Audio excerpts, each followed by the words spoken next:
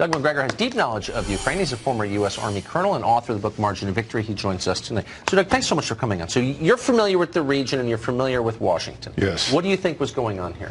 Well, I think we know now, and in fact, for your information, Novaya Gazeta in Moscow has now just recently published an article backed up by documents that go into far greater detail than we can here.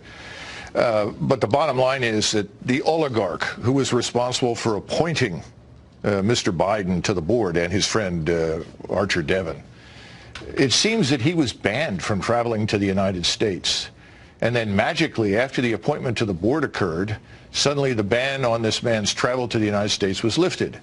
And his suspected criminal activities and shady business practices were suddenly ignored. So if you're looking for quid pro quo, it's pretty hard to argue that there wasn't a quid pro quo, at least on that level. That is absolutely remarkable and checkable. Yes, by the way. absolutely, absolutely. And to this, you've got to add a whole range of other things. Billions of dollars over many years in Ukraine disappearing into private banks, one owned by this particular oligarch. And $5 billion, $4 billion, we're not really sure, may have been lost. Of that, at least $3 or $4 billion came out of the IMF that was supposed to jumpstart the Ukrainian economy. So the whole problem with corruption in Ukraine is pervasive. Ukraine is not a rich country. Oh, no, not at all. It's terribly poor. It's probably the poorest country in Europe at this point. It's certainly below Russia in terms of per capita GNP, which Russia's at 68. Ukraine is far below that. Things are not getting better, but the best barometer of what's wrong in Ukraine is the youth. They've suffered an enormous exodus of human capital out of the country. Millions have left, and these are the people with the education, with the ability to leave and get jobs. There are an estimated 2 million in Poland, and they recently polled the 1.5 million that are legal, at least in small numbers, and the top reason for leaving is corruption in Ukraine. And a third of them have said they'll never go home because they think corruption is hopeless. It can't be eradicated.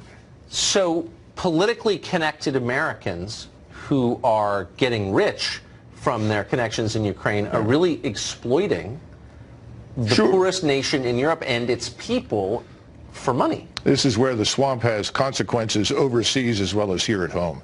Somebody like Hunter Biden is literally stealing from the Ukrainian people.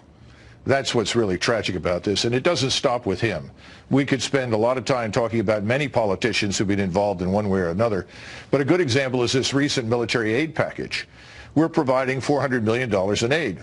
Sounds like a great idea unless you're a Ukrainian in the military and you look at this and you see that most of the equipment that you're supposed to buy is coming from the United States, and much of it is not what you need.